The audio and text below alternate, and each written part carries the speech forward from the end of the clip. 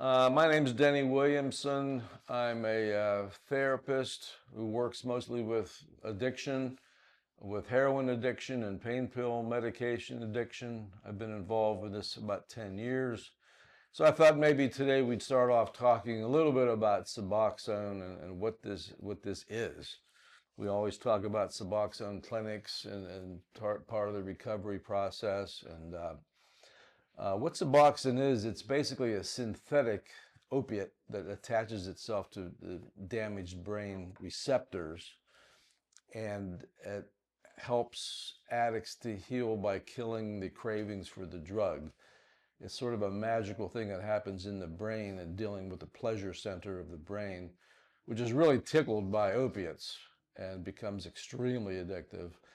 So this synthetic opiate works, and what it does, it kills the urge to use opiates. And the journey through recovery would be to take the Suboxone as it's prescribed, and along with some therapy along the way. And it's a year or two process, but you take your medication as prescribed by the physician through a clinic, which also has a mental therapy aspect to it. You check in at least every 2 weeks, sometimes once a month, if you earn that privilege. You check in with the clinic, you get a urine analysis or a mouth swab to check on, if you're playing the game by the rules. Everybody can fake it. A lot of people drop out. The people who really want growth and change, they stay with the program. It really works. And it's a pleasure to be part of people's lives as they recover, because every one of those persons who's recovered says they wouldn't really do it very easily without Suboxone. So it's a medication that you don't get high from.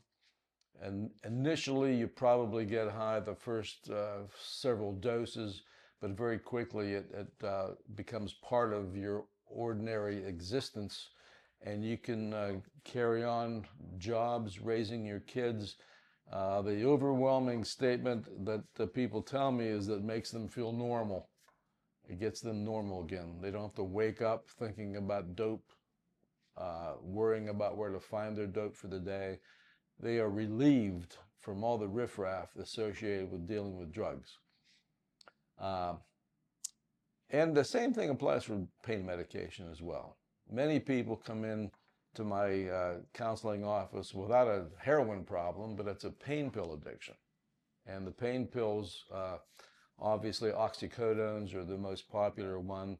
And many people in car accidents or motorcycle accidents get banged up, and they're given huge amounts of these pain medications. And I believe the doctors really overprescribed these pain medications across the board, and oftentimes they are left hanging when the doctor has to close out the case, and they've got this strong addiction to oxycodones, so they try to search it out on the street because they can't find it legally. And the price of oxycodones, an 80 milligram oxycodone, is usually $1 a milligram. So you're talking 80 bucks a pill. And what people have found, that they could find dope heroin on the street for $5 or $10 a bag, which goes a lot further than an oxycodone. It's a cheaper addition, does the same thing, avoids withdrawal, and it's readily available, unfortunately. And people get caught up in the heroin game because of the oxycodone game. So it's a long journey back home. People struggle with it every day. Suboxone clinics are located in every major city, and they're easy to find. They're run by doctors, and they have an official prescription that is given to the patient at the clinic. Then they take the prescription to the local pharmacy where they pick up their Suboxone. Most of the Suboxone now is sublingual. It goes under the tongue and dissolves under the tongue. And of course, junkies who are used to using needles for everything, used to use pills with Suboxone, and they learned how to shoot pills, liquefy the pills and shoot the dope that way. And this whole other problem with addiction to the needle itself. But we don't need to go there right now. We'll just talk about the Suboxone right now. So basically, my plan and my role in this whole situation here is to be close to the clinic where they prescribe the Suboxone, and I provide the mental health therapy in concert with the Suboxone treatment that they receive. Like I said before, it suppresses withdrawal symptoms, it decreases the cravings, they return to their normal lives, and it has to be a comprehensive program working with a therapist in my mind. Obviously, Suboxone has become a street drug. Many people use it usually to get through withdrawal processes. If they can't find heroin, they'll buy Suboxone to kill the withdrawal system. In fact, many people who come in to a Suboxone clinic come there because they have bought it on the street without a doctor's approval, and they know that it works because it takes away the withdrawal, and don't need to run around finding bags of heroin every day. They realize they want to get past that mess that they're living in, and usually they want to get legal, go to a clinic, get a legal prescription from the doctor, and then be legitimate. And that's the situation where we find ourselves today with loads of people on Suboxone, successfully handling their former addiction to heroin and leading normal lives and getting through this.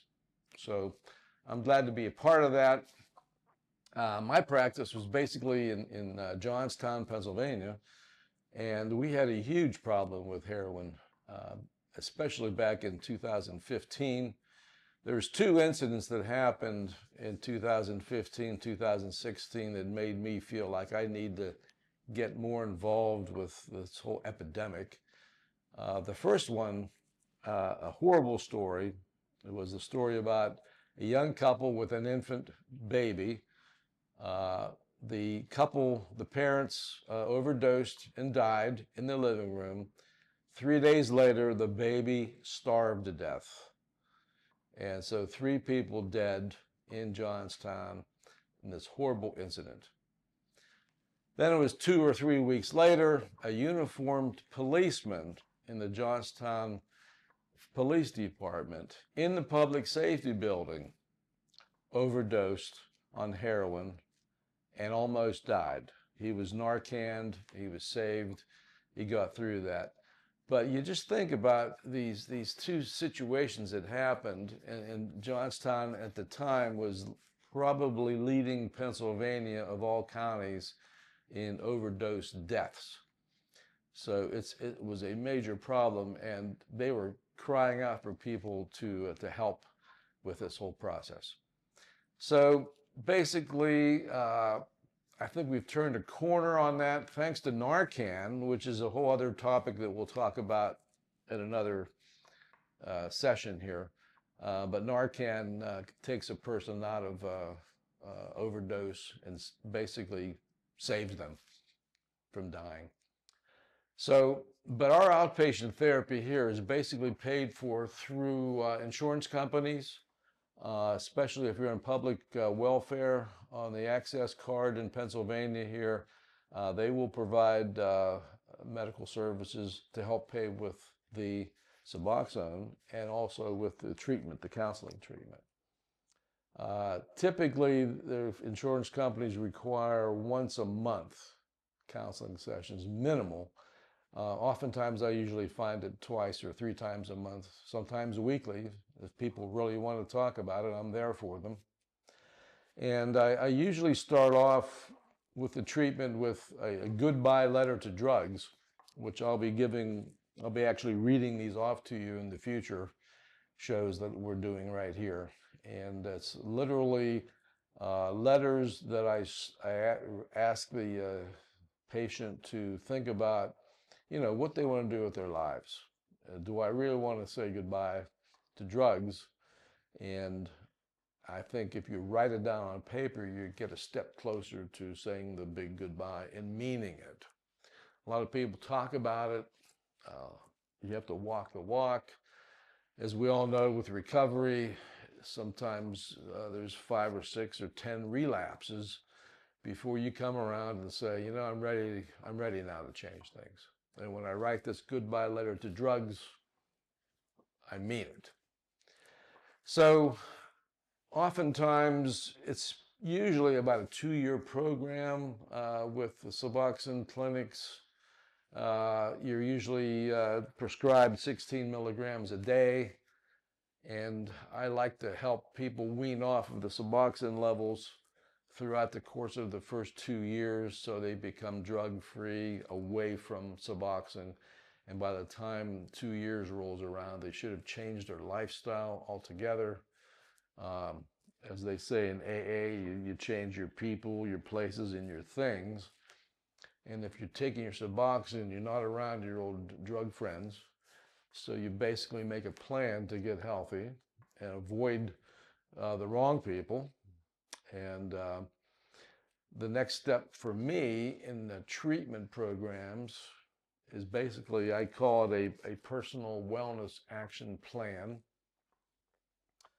The wellness action plan is written by the patient in counseling sessions, and it talks about 3 areas of recovery, the body and the mind and the spirit. And we spend a lot of time with this holistic health treatment program to devise your own personalized program. Starting with the body, we talk about what can you do to physically change what goes into your body, because you have total control of everything that goes into your body. It's as simple as drinking more water, you know. Basically, most people are dehydrated and they don't have enough water in their system. I preach about drinking, 6 to 8 glasses of water a day. That's a big change for a lot of people. A lot of people just drink Mountain Dew all day long. It makes me cringe. There's fire retardant in Mountain Dew. So basically, making a plan on what to change, 2 or 3 items that you can change daily, makes a big step in the recovery process. I'm big on water. I'm big on lemon water. There's a story about, we talk about alkalinity versus acidity in the personal diet, and most of us in Western culture run a very acidic body environment, meat and potatoes and soda and those types of things.